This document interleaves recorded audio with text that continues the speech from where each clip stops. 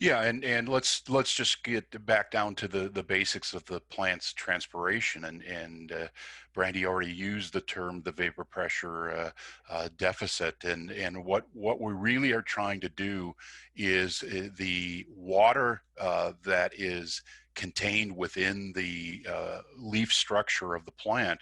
We want it to escape so that it can actually allow and draw more water and nutrients back up to the leaves. Well, this water, to do the conversion from liquid to vapor, has to consume energy, and in round numbers, about 1,000 BTUs per pound of liquid water. And so effectively, and I find it always ironic in the puns in this industry, but we've got swamp coolers.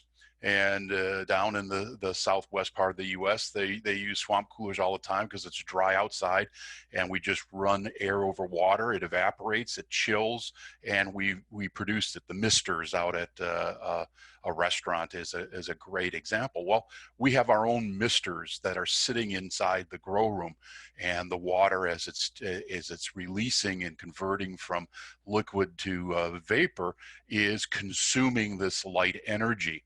And so, as Brandy talked about, your starting point of the light energy is the type of excess heat that the particular light is given off.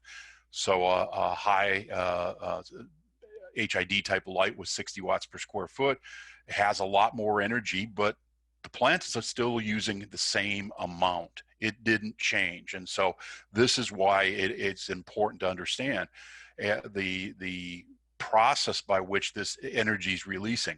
So when you look at lights, we see too many people say, I've got 1,000 lights at 60 watts. This is my wattage. This is my sensible load.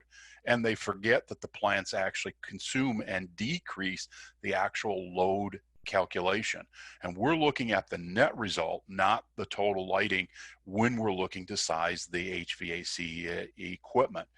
And so that's one of the elements that is not necessarily understood when we come to size.